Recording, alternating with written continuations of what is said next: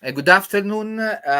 Today we are doing a program on a very important Italian Catholic intellectual that is also a blessed, this Antonio Rosmini. Antonio Rosmini that lived in the between the 18th and the 19th century.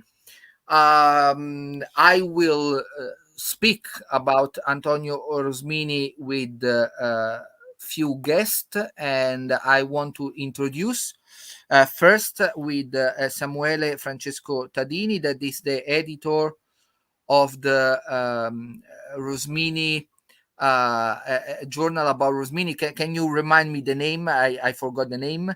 Yes, is here the Rosmini Society. The Rosmini Society journal, that is an international journal on Rosmini studies. And then we have the coordinator of the Rosmini Society for Emilia Romagna, Fernando Bellelli. And also we have the professor of moral philosophy in the University of Veracruz in Mexico, Jacob Buganza. That is speaking from Mexico. So thank you very much for your participation. So I want to start with Samuele Francesco Tadini, and I want to ask him to introduce to us who is Antonio Rosmini, for someone that has never known about this intellectual, Catholic intellectual. Can you say something about him? Okay, thank you. Thank you to the people that are coming here for have a little meeting about this discussion. And I would like to say that Antonio Rosmini was born in Rovereto in 1797, and he died in Stresa on 1st July 1855. So a man who lived for 58 years old man, as we said. And during his life, he did a lot for laymen, for the church, and for the intellectual world. He wrote more than 60 works. I can say a lot of them are published, and there is even a lot of works unpublished, still unpublished, and a book of letters that we are going on to publish, and I think that we are more than 10,000 letters. So big work.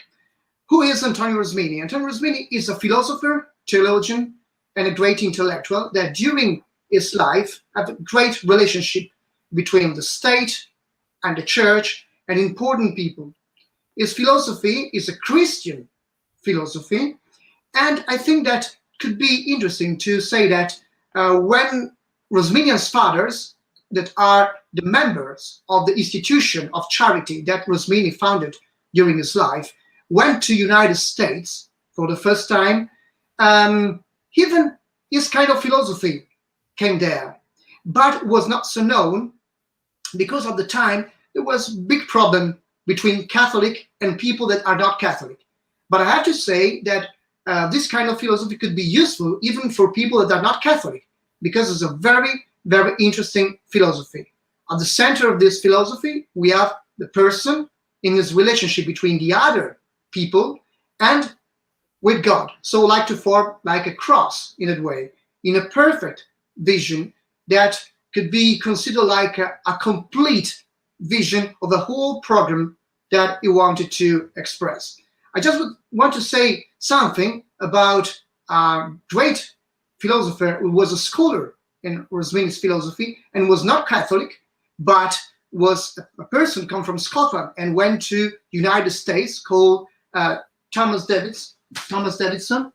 I wrote a little monography about him that used to say these words about him, and we are about the last part of 19th century. It is no part of my present purpose to pronounce a verdict upon Rosmini's philosophy, but I think I may hazard the opinion that it is the most truly Christian of all philosophies. It has proved too Christian for the Roman Church, but I think the Catholic Church will adopt it. So this is important because from a point of view very different from a Catholic vision, but it's very useful even for people that are not Catholic. And Rosmini is, for me, the man who can create this particular bridge between all the people of goodwill. Thank you very much for your introduction. And I want to go to Jacopo Buganza, and I want to ask him. He is a professor of moral philosophy. So, how come that he became interested in Antonio Rosmini? What was the reason? And I want to know also in his Latino American environment, how much Rosmini is known, how much is studied, and what is the situation according to his knowledge. Thank you. Yes, of course. First of all, I want to say that I'm very glad for the kind invitation to participate in this discussion table. And I want to talk, obviously, about Rosmini in the Iberian American philosophy. Um, Rosmini came to Iberian American philosophy through an Spanish author called Jaime Balmes. This author was a Catholic priest. He wrote a book about the criterion, and he introduced the philosophy of Rosmini in the Ibero-American environment through the gnoseology, Rosmini's gnoseology. That's the most famous part of the philosophy of Rosmini in this area, in this philosophical area. Rosmini at the first was not a very popular philosopher because in Spain, obviously in Spain, first of all, Rosmini was considered like a liberalism philosopher. And in that moment, the liberalism philosophy was against the traditionalism according to the Ibero-American way of, how can I say it, in the Ibero-American philosophy in general. So Rosmini was not Rosmini was not a very popular philosopher, but in the early in the 20th century, Rosmini was entered like an ethics philosopher, and I think that is the thing that the part of philosophy that Rosmini can help us to introduce him to the Ibero-American philosophy and to the Latin American philosophy. And I think that the works now in 2021 are the most part of that works are in moral philosophy. So I think that it's natural for us talk about Rosmini in that way. Thank you. Thank you very much for your clarification. So I go to Fernando Bellelli, and I want to ask him what is the relationship between theology and philosophy of education in Rosmini. Thank you so much for the question.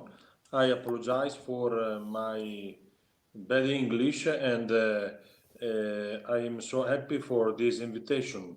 About the argument, for me it's important to clarify that Rosmini, as already been described, is a genius that worked on a lot of sciences and disciplines, and from all of these sciences, is really important his contribution to theology and to pedagogy, and it's important to underline that the connection between the pedagogy and theology is about philosophy of education. So, in my point of view, one of the central point of the Rosminian argumentation on that is the reflection on the idea of cognition. Cognition is not only a metaphysical principle, but it's also a performative element of the Rosminian pedagogy. And it's really important to underline my little opinion that the first work of Rosmini translated in the United States is the principal work on pedagogy, that is the book on the rule, principle of method applied to education. And in this translation, as is possible to see, there's a little we can say, little gap, because between intellection and cognition and reflection is used the same word, that is intellection. So it's really useful for me, this point, to comprehend, to understand that if we put our attention of what should be called the synthesism in the philosophical Rosmini thinking, we can understand in a better way how is useful also for today to comprehend and to use, to apply the connection between theology and philosophy in Rosmini. So, closing my exposition, it's important to explain what is the synthesism and what should be understood like synthesism in the synthesism. So, synthesism in Rosmini is the circularity between the three forms of being that are real being, ideal being, and moral being.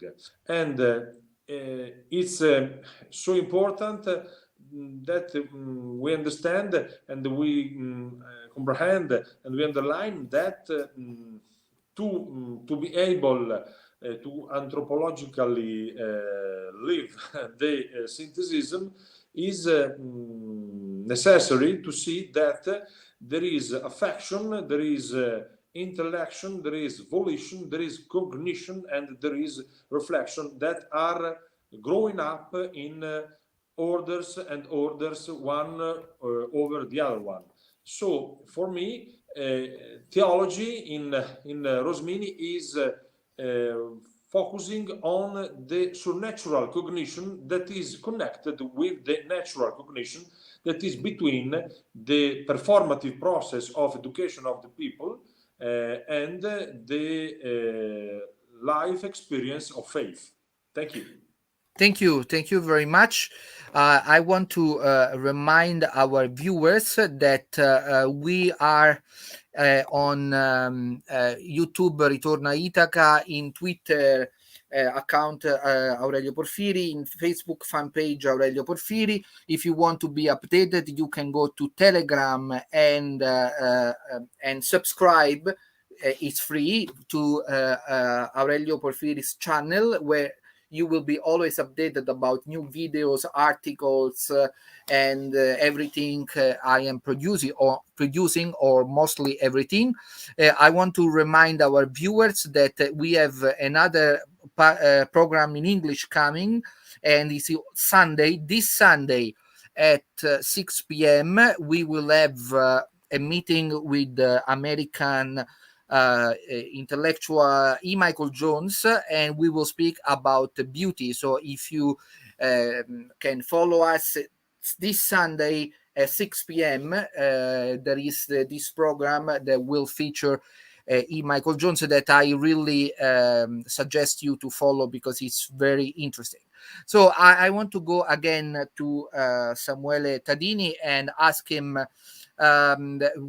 in his opinion, how we can consider the role of Rosminian philosophy in the context, either in the context of his time, but also in the present context. All right, thank you very much. It's a big question because, as Professor Buganza said before, Rosmini was considered in a particular way, and during his time was generally seen like a modern philosopher who can go against the tradition. But it's not so. If we read line by line, letter by letter, everything that Rosmini wrote, we can recognize that inside his own philosophy, with a connection with the ancient time and with the modern time, is a new way to see the modern time. So the modern philosophy that was produced even before Rosmini was born. We think, for example, the Descartes period or John Locke period, and after Kant, Fichte, Schelling, and Hegel, philosophers of idealism, German idealism in another way. And Rosmini used to analyze all this kind of philosophy and try to find all was good and all was bad, and try to find what is the principle inside this kind of philosophy and what inside this philosophy that doesn't work. So Rosmini was considered in the period when he lived a man very complicated in this way, a philosopher that was not so easy to be understood because he wanted to go in the middle of the problem, in the middle of the questions, and to find a right solution. That's because he called the system of truth, that is the system in which we can recognize all that is good. And this, I think, maybe could be a very renewal in the tradition of the Christian thinking in his time. So it's very complicated because Rosmini at the same time was seen like even an interpreter of St. Thomas of Aquin, but at the same time by the neo-Thomistic philosopher was seen like a person who was against St. Thomas of Aquin. So very complicated to understand this because it depends on the interpretation that we want to give in that way. For the second part of the question, I have to say that Rosmini for today could be very important because it can teach to each other to understand in a very pure way all kind of philosophies, and so go in the middle of the problem without any kind of prejudice. This is very important because the prejudice could be a great mistake in philosophical development. So it's very important, I mean, that Rosmini for today is like a light in the area of philosophical studies to starting again and to think again, studying philosophers and philosopher using a unique principle to find where the truth is, and in this way to be very, very honest in the contact with the other kind of philosophers. Thank you. Thank you very much. And I go again to Jacob Buganza because I want to have his own take on one peculiar question. That is, you are a moral philosopher, and I want to understand for you what is the contribution of Rosmini to moral philosophy. The contribution is it's a great contribution. First of all, Rosmini, like Fernando said, he creates this philosophy of the synthesis. See, the synthesis is the basis, the very basis from his ontology.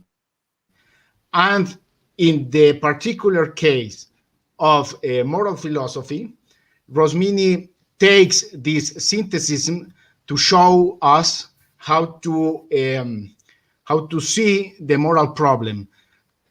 First of all, Rosmini talks about the ideal being, and in moral philosophy, the ideal being is going to be understood like the moral law. All moral laws are in synthesis. It's an idea. All moral law is an idea, and we take this moral law to like the ruler for our acts.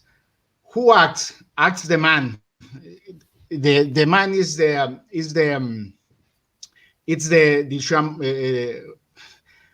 I'm thinking about because I see you Italian also. It's not my mother language. It's Spanish, obviously, but I want to say this: the moral law is taken like the ruler, the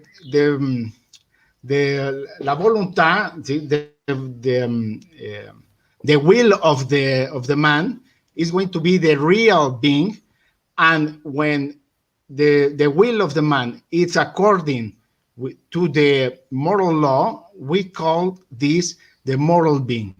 So I think that Rosmini is very clear in his writings, and he wrote a lot of things about moral philosophy. The Principles of Morals is the basis book of moral philosophy that wrote Rosmini, but he has also the anthropology innate to moral science, and also the Tractatus so the moral consciousness. So moral consciousness. So in this way, Rosmini was a very clear philosopher, and I think that the most important thing for us is that he brings us a light, like Samuel said. See, he brings us a light to understand the moral problem and to discuss with other philosophers of our time. When we see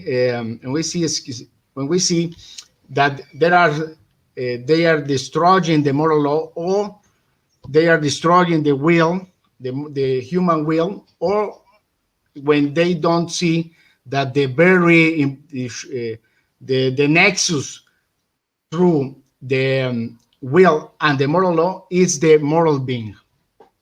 Thank you. Thank you very much. And I go to Fernando Bellelli, and I want to ask him if he can tell us very simply if there are application of the Rosmini philosophy on the juridical field. So can you explain if there is a connection between Rosmini and the juridical pedagogy? Thank you for the question. It's, I think, easy for me to try to express clearly that concept, because the Professor Tadini and the Professor Buganza were so clear and so strong to explain the general ideas of the Rosminian philosophy. And we can say that Rosmini gives two definitions of the human person. And he says that the human being, the human person, the dignity of the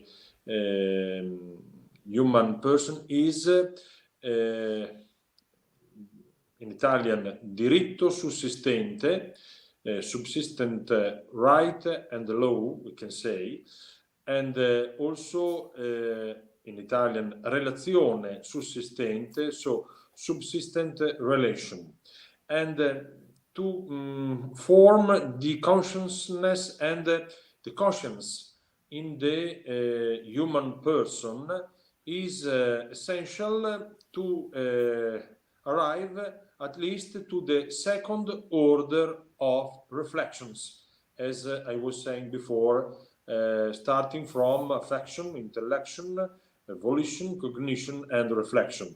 When the human being is arrived to the second order of reflections, we have the conscience. And Rosmini also says that it's possible to arrive to this point not only gnoseologically but also ontologically, because there is the relation between the human person and the other persons, the other people, and the Trinity, and there is not conflict between human people and the Trinity.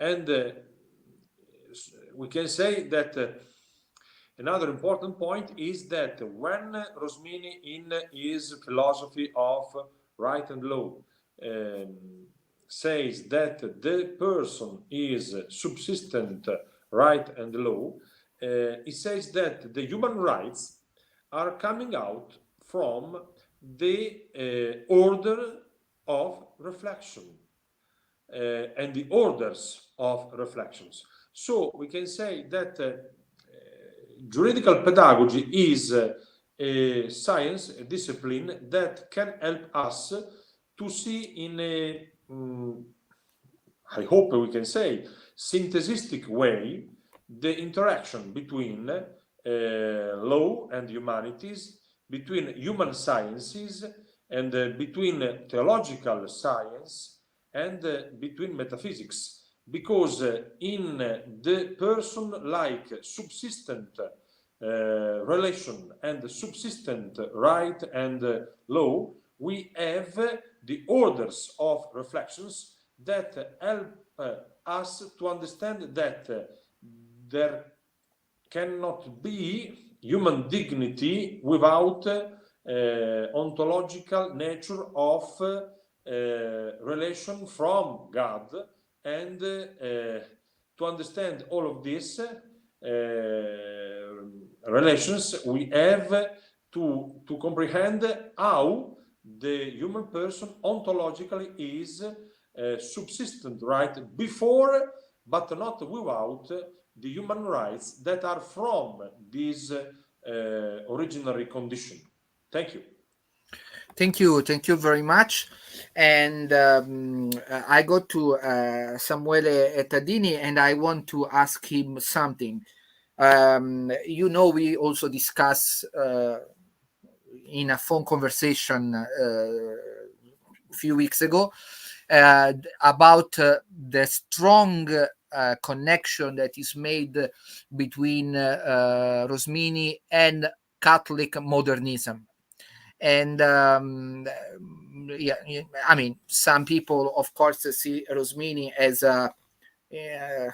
someone that prepare, in a certain sense, Catholic modernism.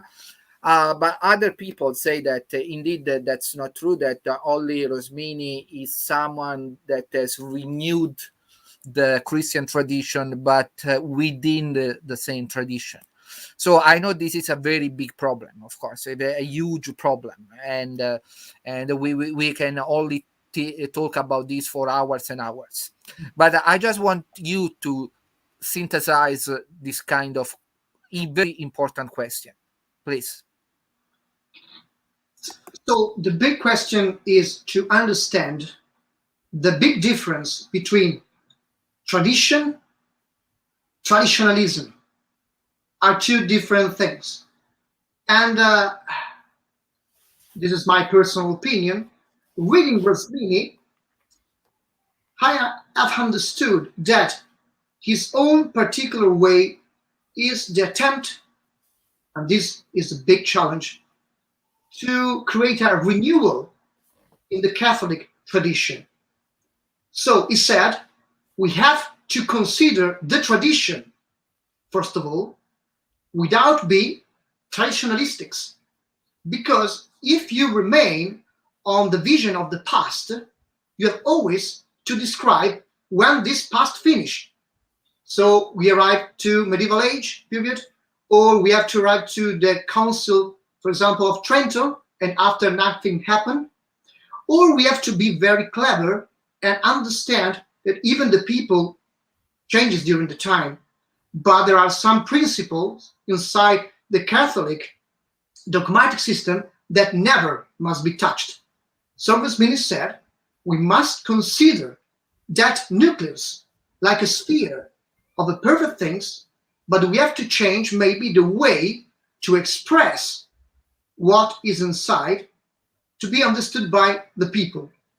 In this way, in Rosmini, we find a perfect line in which we can find the style of this kind of renewal, and at the same time, the way to keep alive all that was in the past, but at the starting point. So when the church was born, at the time of Jesus in this way. And this is the big difference between what God said and what people can interpret what God said. In this way, Rosmini could be a great master because he understood that we must always asking about any kind of question what Jesus will say about a particular question. If we cannot explain the answer, we have a big problem. And so maybe we have to go to restudy again. And this is a restarting point. But at the same time, it's a mistake if we want just to look back without thinking that in the future will come something that could be better. So we can have great expectations for big things that happen, but at the same time, we have to be very, very precise to understand what is true and what is not true. So maybe the line is to stay in the middle and to understand that the word modern has another meaning about modernism, exactly how to say traditional is not to say traditionalism. Thank you. Thank you. And of course, about what you have said, there will be so many things to say, but unfortunately, we cannot say it now because the topic of the connection between Rosmini and modernism, the difference between tradition and traditionalism is a very big issue that, of course, will keep us here for many more hours, and we don't have. But I want to go on with Jacob Buganza because before you have explained us about the connection between Rosmini and moral philosophy and your own personal connection with Rosmini as a Latino American, as a Mexican scholar. So I want to ask you because this probably forgive me, I didn't maybe ask properly. According to your opinion, or according to your observation, there is an interest about Rosmini among Latino American scholars, or is a kind of name only that is known by a certain niche of people and not by the many scholars? Because I have to tell you, I was very surprised to discover that, for example, Rosmini is very little known in North American circles. I mean, I asked several professors of theology there to join, and they joined my program before, but all of them say, "Oh, I don't know about Rosmini. I mean, I'm not informed." So I want to know what is the situation in your place. Well, here the big problem, we have two problems. First of all, the first of these problems was the historical post obitum. The post obitum was condemned some propositions of Rosmini's theology and this document generates in the Spanish philosophers, and then in the Ibero-American philosophers, that Rosmini was a mistake.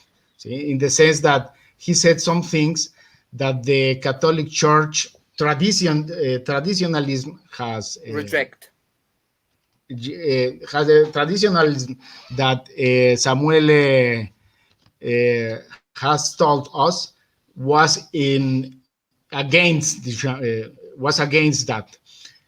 And the second problem was the traductions. The problem of the traduction of the Rosmini opera, it's a very old problem, because no everybody reads in Italian, obviously, and it's very difficult to find people that read the Rosmini Italian. See, the Rosmini Italian, it's a very difficult language for an American reader. See? And also obviously for an Ibero-American reader, you have to study that special language and then translate him. So we don't have a lot of works, a lot of the part of the opera translated to Spanish. So it is very difficult to find people who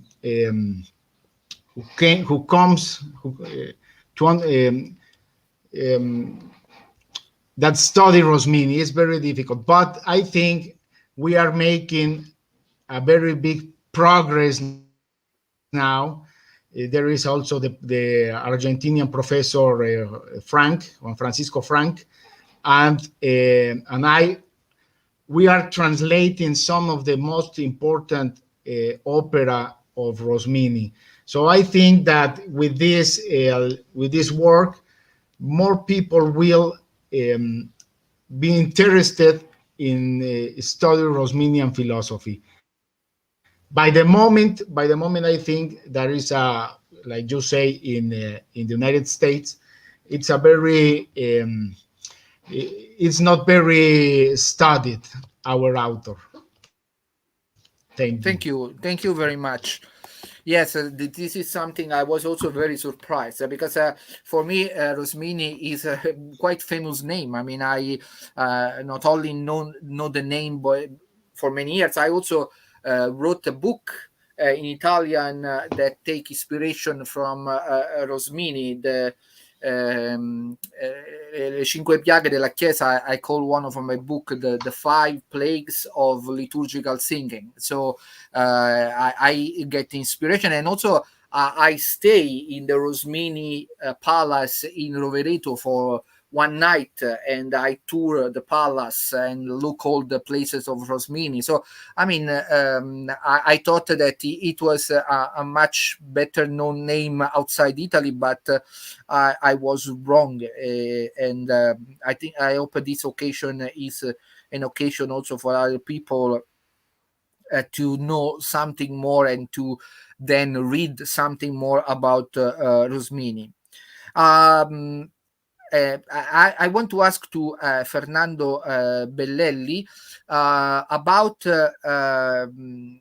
what are the implications today of the theological ethic of truth in Rosmini. If you can explain it as simply as possible for the people that have no background in philosophy, I will be very grateful. Thank you. I try. Thank you. And what is the theological ethics of truth? We can say that it is to answer to that question. How has to be the being to be what it is? And in this how, there is deontology. That is, in my opinion, in my interpretation, from the Rosmini's texts, the performative way to understand in the contemporary context between modern and tradition, without traditionalism and modernism, the moral form of being in Rosmini's thinking. And going on, the possibility to understand that in the Rosminian thinking, there isn't the problem of modernistic theology that was rationalism and the extrinsicism of the divine grace. And in theological ethics of truth, we find the possibility to understand what, for example, with de Lubac we call the suspended middle between the supernatural law and the natural law.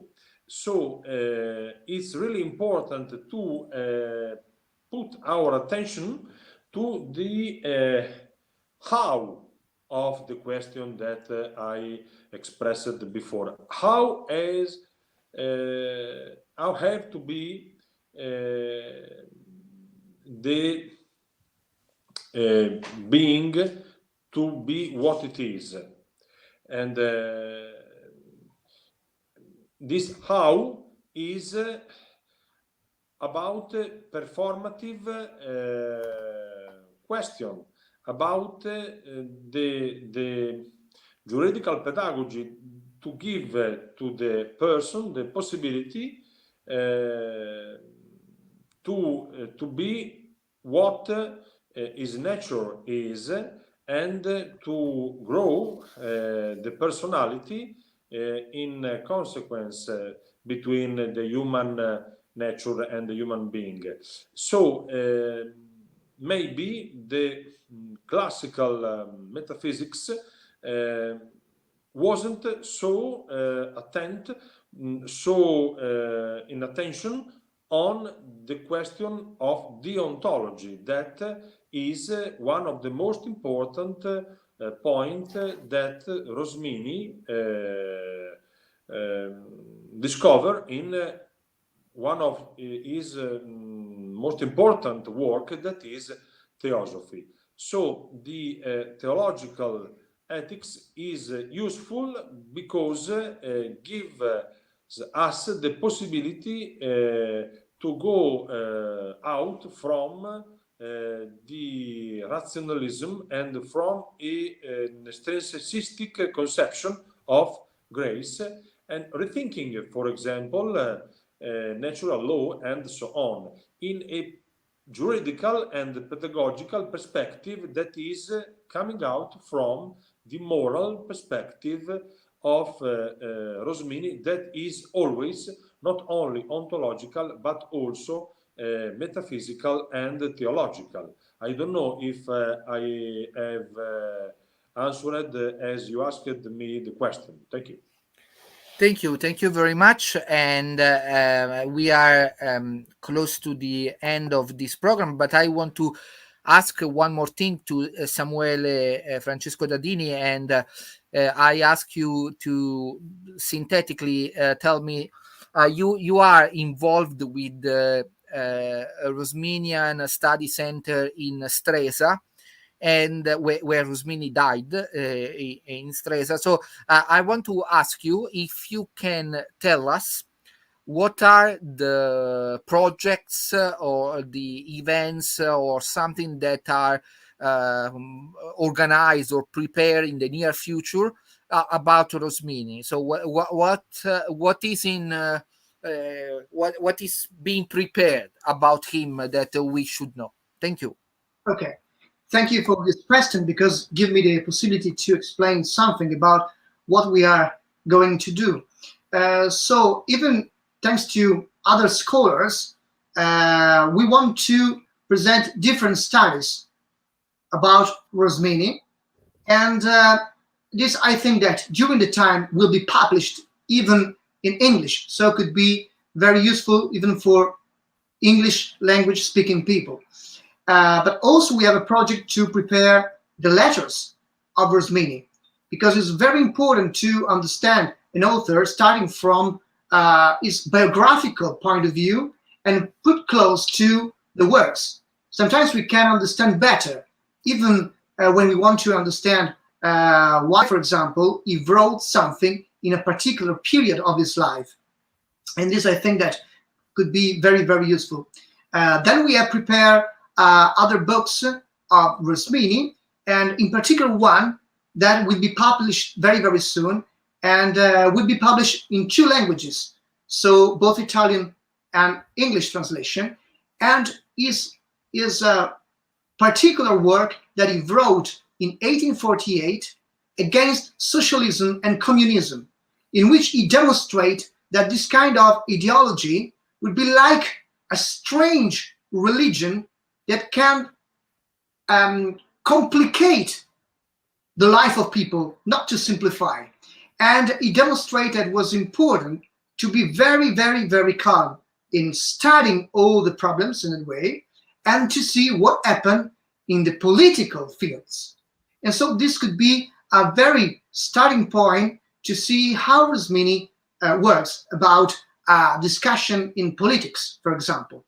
Then we have other projects, for example, some Congress, and I think that maybe in 2022 would be some notices about that, but I think that we can inform the people on my review, for example, and even on the site of Rosmini Institute that you can find on internet, on which we can put all what we do and what we want to do during the time. So principally, we want to give the possibility to the people to meet Rosmini's philosophy and try to have a connection in this way in a very, very free condition. So I think that this is what we have to do before all. Thank you. Thank you. And I want also to thank you all for your efforts to explain what the great philosopher Rosmini has done. Of course, he wrote so much that, of course, that would be necessary to have so much time to speak about him. But in any case, I think we have said something that can make other people to get interested about Antonio Rosmini and then to study for themselves. We also mentioned that, of course, there are some controversies about Rosmini, his connection with the modernism and other things that, of course, are there for discussion. But I hope that this program was interesting for those that want to have a first idea about this thinker. And then, of course, I hope they can read what is available, because in any case, there are some English resources about Rosmini that you maybe can see, can go and read. So I want to thank Jacopo Buganza, Francesco Bellelli, and Samuele Francesco Todini for their participation to this program. And I remind our viewers that every Thursday we have our program in Italian, usually at 6 p.m. On Friday we have the program in English, and on Sunday we have the program that can be in Italian or English, and even maybe in French in the future, where I speak with another guest about topics that are usually interesting in the conservative world. So thank you very much again, and see you at the next program. Bye bye. Thank you.